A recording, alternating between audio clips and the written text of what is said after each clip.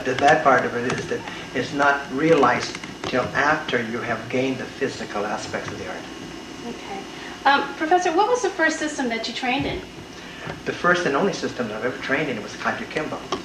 I started, like I said, in 1960 under Vallejo, who was training and was teaching at Travis Air Force Base.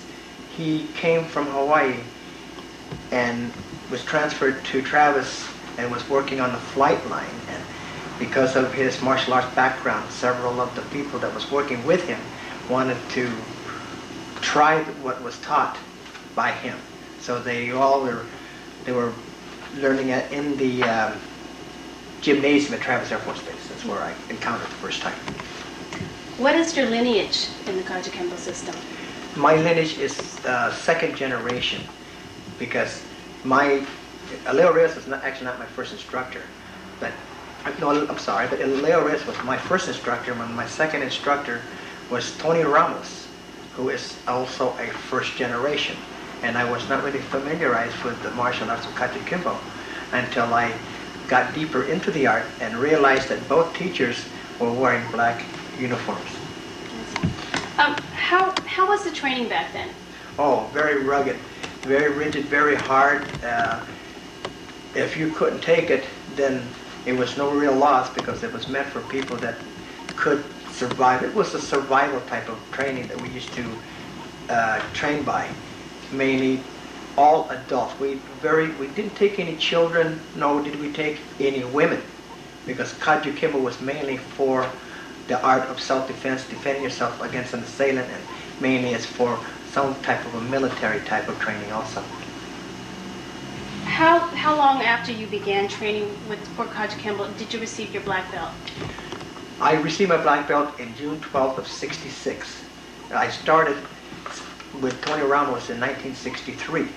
So that took me 3 years to get my black belt with Tony Ramos. But I made my first degree in May 22nd of 1967, 1 year later, or 11 months later. So is 3 years the average time span to obtain a black belt? Between 3 to 4 years, depending on how serious you take your training.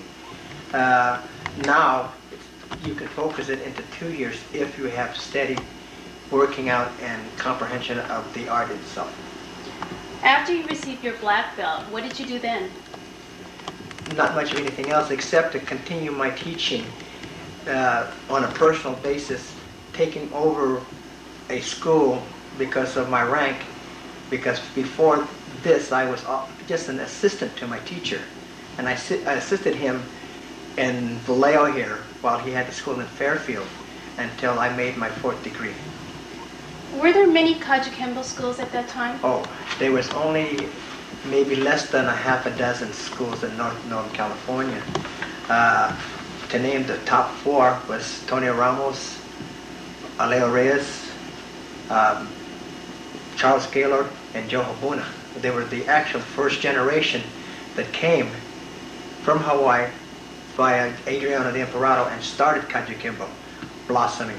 And from there, the second generation as I started to bloom. And about how many schools are there at this time? Actually, there's too numerous to answer. There's a lot of schools that just have garages that they teach in, and it may consist of maybe 1 or 2, maybe 3 pupils, and there might be schools that may have 20 or 30 or up to 80. Then there is a lot of the KaJuKenBo's teaching that have what they did was call an offshoot of KaJuKenBo, and maybe made their own art, but using the KaJuKenBo system.